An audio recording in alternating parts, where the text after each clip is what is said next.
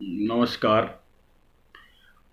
आज की कक्षा का हमारा प्रमुख उद्देश्य है व्यक्तिगत भिन्नताओं को जानना, व्यक्तिगत भिन्नताओं के कारणों को जानना एवं व्यक्तिगत भिन्नताओं के कारणों के जानने के पश्चात शिक्षण की व्यवस्था करना। हम जानते हैं कि हर व्यक्ति अपने गुणों में अन्य व्यक्ति से भिन्न होता है। कोई भी दो व्यक्ति समान नहीं होते हैं। जब समान नहीं होते हैं तो उन सब की शिक्षण व्यवस्था एक जैसे तरीके से कैसे की जाए। तो पहले व्यक्तिगत भिन्नता को जान करके, उनके कारणों को जान करके और किस तरह से शिक्षण व्यवस्था की जाए ताकि समस्त बच्चों का हित हो सके, वह उन्हें उनकी योग्यताओं के अनुसार शिक्षा दी जा सके। इसके लिए ज़रूरी है कि व्यक्तिगत भिन्नताओं के विषय में जानना चाहिए। तो व्यक्तिगत भिन्नताएं क्या होती है, किसे कहा जाता है?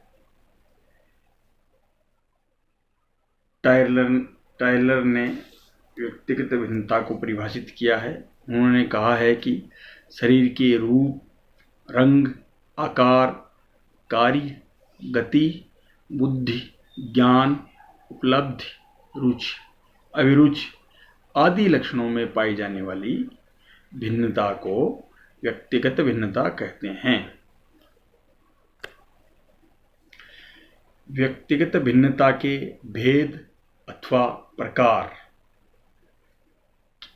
यानी किस आधार पर, किस बेस पर हम व्यक्तिगत भिन्नता को बांट सकते हैं कि ये किस प्रकार से होती है, वह कितने प्रकार की या कितने भेद इसके किए जा सकते हैं।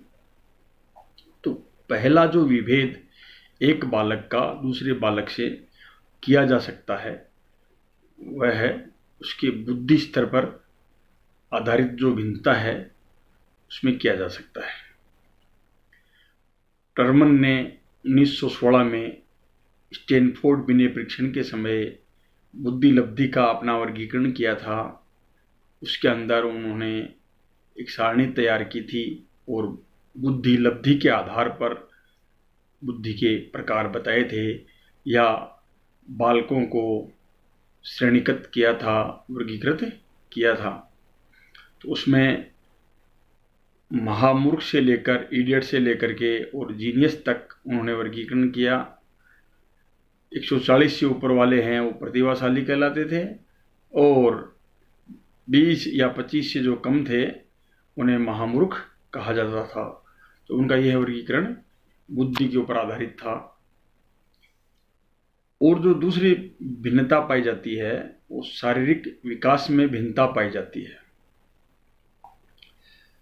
जो बालक हैं उनके अंदर शरीर में जब हम देखते हैं तो शरीर के आधार पर भिन्नता पाई जाती है। किसी का रंग, रूप, भार, कद, शारीरिक गठन, सेक्स डिफरेंस, यौन भेद, शारीरिक परिपक्वता आदि में सब भिन्न होते हैं। भिन्नता के आधार पर जो व्यक्तित्व के प्रकार हैं वो भी बांटे गए हैं। शेल्डन का अलग है, क्रेचमर का अलग है। तो इन रंगों के आधार पर, रूप, रंग, कद, शरीर गठन, इनके आधार पर भी हम व्यक्ति में भेद कर सकते हैं। अगला जो विभिन्नताएं होती हैं वो उपलब्धि में विभिन्नताएं होती हैं। उपलब्धि में भिन्नताओं का मतलब है कि जो विभिन्न बालक होते हैं उनकी उपलब्धियां एक समान नहीं होती हैं, चाहे उनकी बुद्धि लब्धि एक समान ही क्यों न हो। कोई बालक या विद्यार्थी अंग्रेजी में होशियार होता है, कोई बालक गणित में होशियार होता है। और किसी व्यक्ति की ज्ञान अर्जन करने की जो क्षमता होती है, ज्ञानोपार्जन क्षमता, वो भिन्न भिन्न होती है। कोई भी विद्यार्थी समान नहीं होते हैं। तो जो उनकी उपलब्धियां होती हैं सब बच्चों की अपनी अपनी अलग उपलब्धियां होती हैं, चाहे एक ही अध्यापक उन्हें क्यों न पढ़ाए।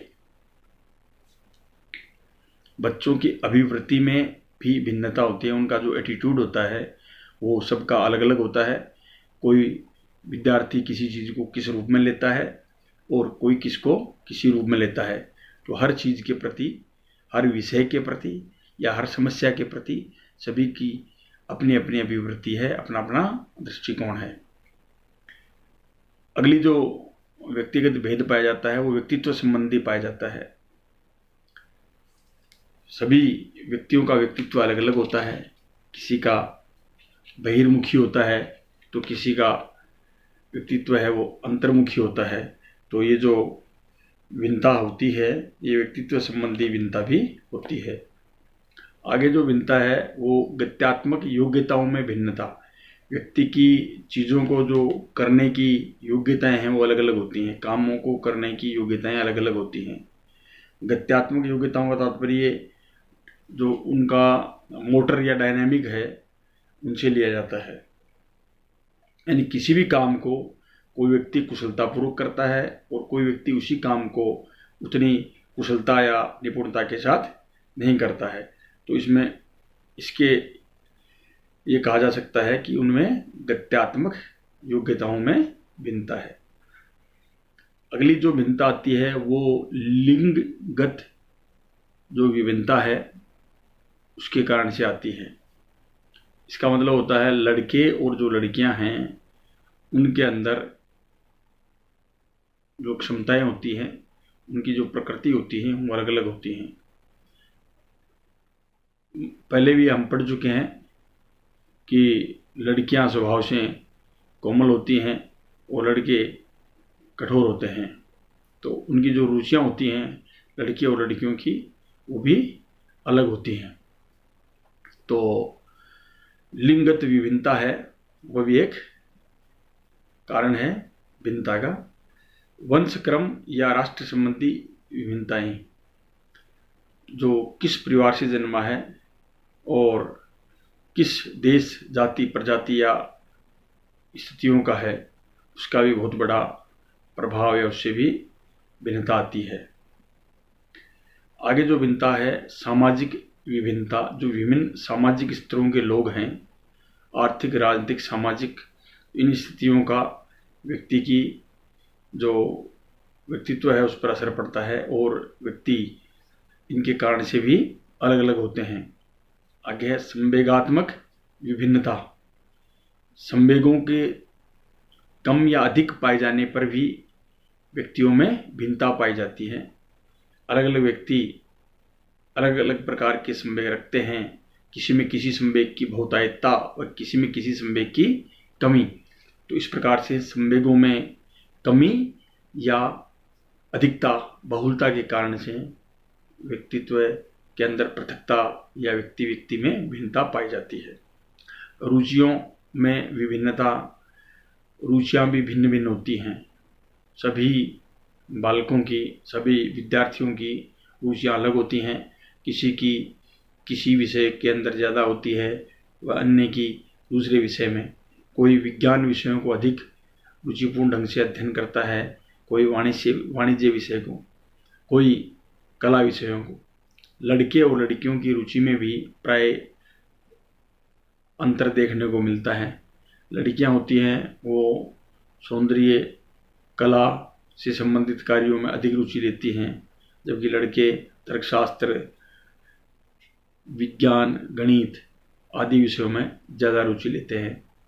इसके अलावा बच्चों के अंदर अध्ययन व खेल कूद में भी अलग अलग रुचियां होती हैं। विशिष्ट योग्यताओं में भी बच्चों में भिन्नता पाई जाती है। विशिष्ट योग्यताओं में भिन्नता का तात्पर्य यह है कि किसी में तो सामान्य योग्यताएं ज़्यादा होती है, किसी में विशिष्ट योग्यताएं ज़्यादा होती है। प्राय देखा जाता है कि लड़कियों में सामान्य योग्यताएं अधिक होती हैं, जबकि लड़कों में विशिष्ट योग्यताएं अधिक होती हैं। तो ये था कि किस प्रकार की जो भिन्नताएं होती हैं हमने देखा। लेकिन अब ये जो भिन्नताएं थी उनके बारे में हम देखेंगे कि किस कारण से ये भिन्नताएं होती हैं। वंशानुक्रम, से होने वाली विभिन्नताएं या व्यक्तिगत विभिन्नताओं के कारणों में वंशानुक्रम प्रमुख कारण है। हम जानते हैं कि माता या पिता या वंश के जो लोग हैं उनका प्रभाव व्यक्तित्व पर बहुत अधिक मात्रा में पड़ता है। वंशानुक्रम से बालक को गुण अवगुण प्राप्त होते हैं। वंशानुक्रम से बालक को रूप, रंग, आकार, प्रकार सभी प्राप्त होते हैं। प्राय देखा है कि परिवार के अंदर माता पिता के द्वारा किए जाने वाले कार्यों का उनकी संतान पर बहुत बड़ा प्रभाव पड़ता है। पुराने समय में तो लोग ये कहते थे कि चोर के चोर ही पैदा होते हैं। इस प्रकार की जो बातें, हालांकि मनोविज्ञान के बहुत सारे प्रयोग ऐसे हुए हैं जो ये साबित करते हैं कि ऐसा प्राय वातावरण के प्रभाव के कारण से ही होता है ज़्यादातर, परंतु फिर भी ऐसे बहुत सारे गुण ऐसे होते हैं, रंग, रूप, आकार, लंबाई, चौड़ाई, ये सब वंशानुक्रम से प्राप्त होते हैं। तो इसलिए व्यक्तिगत भिन्नता का प्रमुख कारण है वंशानुक्रम। दूसरा है वातावरण। हर एक व्यक्ति में जो भिन्नता है उसके अंदर वातावरण की बहुत बड़ी भूमिका होती है। वातावरण भी कई प्रकार का होता है। विद्यालय का वातावरण है, घर का वातावरण है, समाज का वातावरण। तो ये सब प्रकार के जो वातावरण हैं ये बहुत अधिक मात्रा में व्यक्ति को प्रभावित करते हैं, बालकों को प्रभावित करते हैं। वातावरण के कारण से यदि कोई गरीब परिवार का बच्चा है तो उसकी परवरिश दूसरे हिसाब से होती है, तो उसके अंदर अनेक अलग प्रकार के गुण पाए जाते हैं। इसके विपरीत यदि कोई अमीर परिवार का लड़का है तो उसमें दूसरे प्रकार के गुण पाए जाते हैं। यदि कोई बच्चा सामान्य ग्रामीण विद्यालय में पढ़ता है तो उसमें अलग प्रकार का उसका व्यक्तित्व होता है। कोई शहरी विद्यालय में पढ़ता है, उसका व्यक्तित्व अलग प्रकार का होता है। एक सामान्य सरकारी विद्यालय में पढ़ता है, अलग व्यक्तित्व है। कॉन्वेंट स्कूल में पढ़ता है, अलग व्यक्तित्व उसका हो जाता है। तो इस प्रकार वातावरण के कारण से भी, चाहे परिवार का वातावरण हो, घर का वातावरण हो, विद्यालय का वातावरण हो या संस्कृति से संबंधित वातावरण हो, इसका भी प्रभाव पड़ता है, जिसके कारण से बालक अलग हो जाता है। जाति, प्रजाति, देश व संस्कृति का प्रभाव ये महत्वपूर्ण कारक होता है।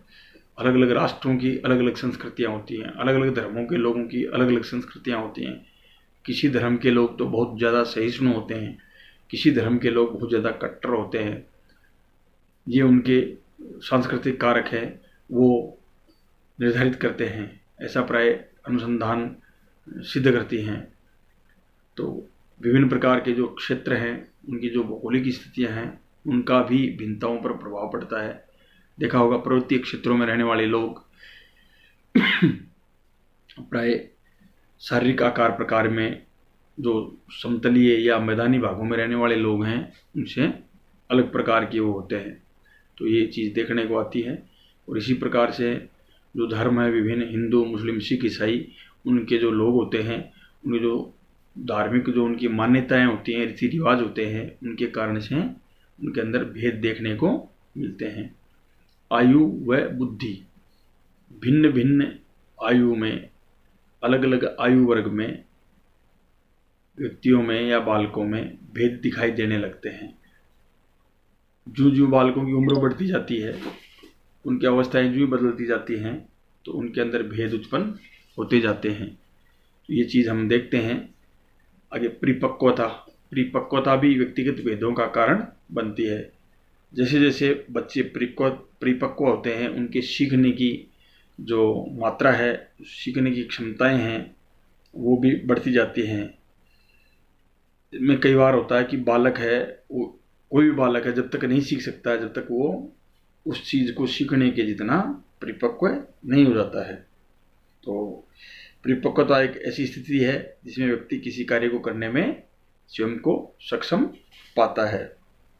तो परिपक्वता किशोरावस्था का आते आते एक स्तर तक परिपक्वता विद्यार्थी है वो प्राप्त कर लेता है। आगे जो व्यक्तिगत भिन्नता का कारण है वो लिंग भेद भी होता है, कि इसमें ये प्राय देखा जाता है कि लड़के और लड़कियों में अलग अलग प्रकार के जो गुण होते हैं। लड़के होते हैं वो अधिक शक्तिशाली होते हैं। प्राय ऐसा कहा जाता है लड़कियां कम शक्तिशाली होती हैं शरीर से, लड़के होते हैं वो कठोर होते हैं, लड़कियां स्नेहमयी होती हैं, लड़कियां कोमल स्वभाव की होती हैं, लज्जाशील संकालु प्रवृत्ति की होती हैं, जबकि लड़के हैं वो साहसी तथा बहिर्मुखी उदंड प्रकार के तथा कठोर स्वभाव के ज़्यादा होते हैं। और प्राय देखा जाता है कि लड़के थोड़ा अधिक समय बाद परिपक्व होते हैं, जबकि लड़कियां कम उम्र में ही परिपक्व हो जाती है। आयु का जो अंतर है इनमें परिपक्वता स्तर को प्राप्त करने में वो है दोनों के अंदर ही है ना। तो इस प्रकार से हम कह सकते हैं कि व्यक्तिगत भिन्नताओं के जो कारण हैं वो वंशानुक्रम, वातावरण, जाति, प्रजाति, देश व संस्कृति, आयु व बुद्धि, परिपक्वता व लिंग भेद प्रमुख होते हैं। अब बात उठती है कि व्यक्तिगत भिन्नताओं का शैक्षिक महत्व है। व्यक्तिगत भिन्नताओं के बारे में हमने जाना और इनके कारणों पर जाना। अब इनका शैक्षिक महत्व क्या है, इनको जानना क्यों चाहिए, जान करके हम क्या कर सकते हैं। आगे कई बार ये पूछा जाता है विद्यार्थियों कि एक अध्यापक को व्यक्तिगत भिन्नताओं का ज्ञान क्यों होना चाहिए, या एक अध्यापक के लिए व्यक्तिगत भिन्नताओं को जानना क्यों जरूरी है। तो इस प्रकार से यदि आपसे पूछा जाए तो उसका एक ही जवाब है कि जो महत्व होता है व्यक्तिगत भिन्नताओं को जानने का, वही उसमें जवाब में लिखना है, आंसर में लिखना है। तो पहला इसका जो बात है महत्व है या इसकी उपयोगिता है, हम लिख सकते हैं कि कक्षा का वर्गीकरण कर सकते हैं। व्यक्तिगत भिन्नता का जानने के पश्चात बुद्धि के हिसाब से हम कक्षाओं का वर्गीकरण कर सकते हैं। प्रतिभाशाली वाले बच्चों को एक साथ बैठा सकते हैं, एकदम मंद बुद्धि बच्चों को एक साथ, व सामान्य बच्चों को एक साथ हम कर सकते हैं।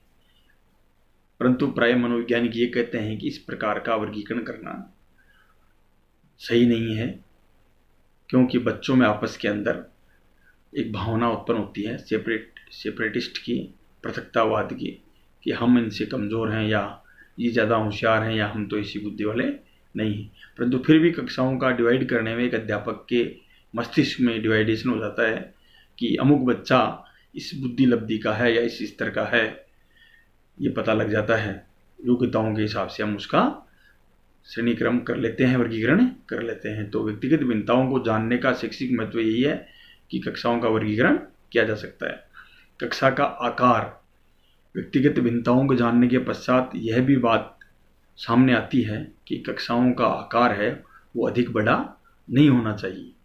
अधिक बड़े आकार के कारण से व्यक्तिगत रूप से बच्चों पर ध्यान नहीं दिया जाता है। व्यक्तिगत रूप से शिक्षक है वो बच्चों की समस्याओं का समाधान नहीं कर पाता है, इसलिए उनका अध्ययन है जिस तरीके से होना चाहिए उस तरीके से नहीं हो पाता है। दूसरा है व्यक्तिगत शिक्षण, इंडिविजुअलाइज्ड इंस्ट्रक्शन। अभी मैंने पहले बताया कि कक्षा का आकार बड़ा होता है, तो वही बात इसमें है कि व्यक्तिगत शिक्षण हम नहीं कर सकते यदि इंडिविजुअल डिफरेंसेस को नहीं जानेंगे तो। और यदि हम व्यक्तिगत भिन्नताओं को जान लेंगे तो एक एक बच्चे की जो समस्याएं हैं उनका समाधान हम मनोवैज्ञानिक ढंग से कर सकते हैं, और उनके शिक्षण के लिए जो विधियां हैं जो उपयुक्त रहती हैं, किस बच्चे के लिए कौन सी विधि उपयुक्त रहेगी, या हम कक्षा समूह में किन विधियों को अपनाएं ताकि अधिक से अधिक मात्रा में बच्चों को अधिगम हो सके, हमारा जो पाठ है उसको पढ़ाने का उद्देश्य पूर्ण हो सके। इसके लिए ज़रूरी है कि हम इंडिविजुअल डिफरेंसेस को जानें, व्यक्तिगत भिन्नताओं को जानें। शारीरिक दोषों की ओर ध्यान, अटेंशन टुवर्ड्स फिजिकल डिफेक्ट्स। विभिन्न बच्चे हैं, विकलांग, मंदबुद्धि, बधिर या अनेक प्रकार की समस्याएं, फिजिकल नीड्स हैं, उनकी शारीरिक दोष हैं, तो उसके कारण से जो अध्ययन है वो बाधित होता है। दूसरा, कोई बच्चा लंबा होता है, कोई बच्चा नाटा होता है, किसी बच्चे को दिखाई कम देता है, तो अध्यापक को इंडिविजुअल डिफरेंसेस को जान करके कक्ष में उनके बैठने की व्यवस्था इस प्रकार से की जानी चाहिए ताकि सभी बच्चों के लिए अधिगम है वो ठीक प्रकार से हो सके। यदि लंबे बच्चे को आगे बढ़ा दिया कक्षा में और जो कद में छोटा उसको पीछे बैठा दिया तो श्यामपट्ट पर लिखी जाने वाली जो चीज़ें हैं बच्चे को दिखाई नहीं देगी।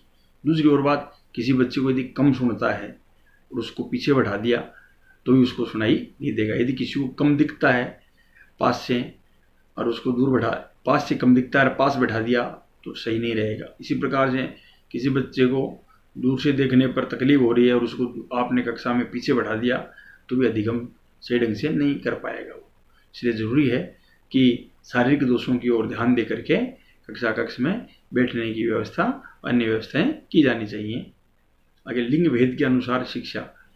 जो विद्यार्थी जिस हिसाब से शिक्षा ग्रहण करने में रुचि लेता है उसको उसी हिसाब से शिक्षा दी जानी चाहिए। या मैं कह रहा था लिंग भेद या रुचि के अंतर के हिसाब से शिक्षा दी जानी चाहिए। जिस सब्जेक्ट में, जिस विषय में विद्यार्थियों की रुचि है उसी में शिक्षा दी जानी चाहिए। यदि कोई बच्चा गणित विषय में रुचि लेता है तो गणित में उसको शिक्षा दी जानी चाहिए, गणित विषय दे देना चाहिए उसको, कला देना चाहिए। तो जिसमें भी रुचि है उसकी। अब खेल कूद में भी बच्चों को क्या है, भाग लेने देना चाहिए। बच्चों को वाद विवाद प्रतियोगिताओं में भाग लेना चाहिए। शिक्षणेतर जो गतिविधियां हैं उनमें भाग लेना चाहिए। क्विज जो होता है उसमें भाग लेना चाहिए। यानी बच्चों की जिसमें भी रुचि है, खेल कूद के साथ साथ अन्य जो पाठ्य सहगामी क्रियाएं हैं उनमें सब में होनी चाहिए, पढ़ाई में तो होनी चाहिए। तो इस प्रकार से हम व्यक्तिगत भिन्नताओं को जान करके और उनकी रुचि के अनुसार शिक्षण कार्य कर सकते हैं। एक पाठ्यक्रम फ्लेक्सिबल होना चाहिए। फ्लेक्सिबल पाठ्यक्रम का यही मतलब होता है कि इसके अंदर विषयों की इतनी भरमार होनी चाहिए कि छात्र अपनी रुचि के अनुसार इसको ले सकें। आजकल तो क्रेडिट बेस्ड चॉइस सिस्टम भी लागू हो रहा है कि कोई विषय है या नहीं है उस विद्यालय में, परंतु फिर भी यदि विद्यार्थी चाहता है तो उसको वो विषय ले लेना चाहिए। पाठ्यक्रम है वो इतना हार्ड नहीं हो। हार्ड का तात्पर्य यह है कि कठिन नहीं हो, बच्चे आसानी से समझ सकें और पाठ्यक्रम मनोवैज्ञानिक ढंग से, मनोवैज्ञानिक जो युक्तियां हैं उनको उपयोग करके डिजाइन किया जाना चाहिए। इसके अलावा पाठ्यक्रम निर्माण करते समय जो पाठ्यक्रम के जो सिद्धांत हैं उनका सबका पालन करना चाहिए और बच्चों के जो नीड्स हैं, व्यक्तिगत भिन्नताएं हैं, उनके हिसाब से डिजाइन किया हुआ पाठ्यक्रम होना चाहिए। गृह कार्य देते समय भी बहुत सावधानी रखनी चाहिए। इतना अधिक गृह कार्य नहीं देना चाहिए कि बच्चा गृह कार्य के डर से विद्यालय में आए ही नहीं। उनकी बुद्धि लब्धि व उनकी योग्यताओं के हिसाब से ही गृह कार्य दिया जाना चाहिए और गृह कार्य इस प्रकार का हो कि रुचिकर हो, बच्चा हंसते हंसते उसको पूरा करे, बोझ नहीं समझे उसको। तो व्यक्तिगत भिन्नताओं के हिसाब से गृह कार्य भी बच्चों को दिया जाना चाहिए।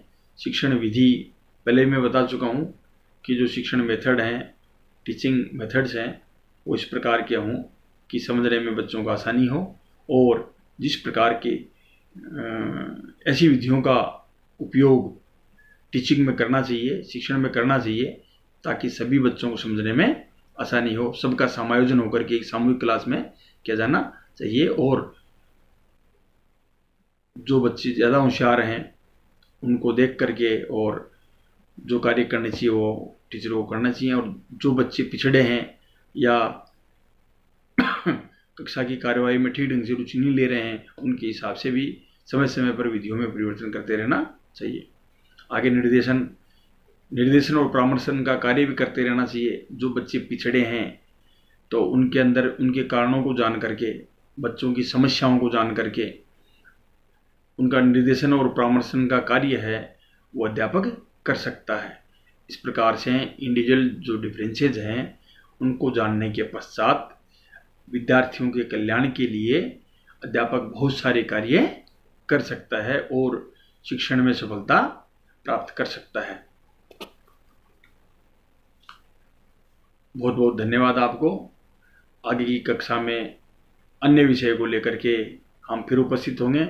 आशा है आज हमने जो पाठ पढ़ा उसमें हमने जो उद्देश्य हमारे निर्धारित किए थे उसमें हमें पूर्ण सफलता प्राप्त हुई है। धन्यवाद। जय हिंद, जय भारत।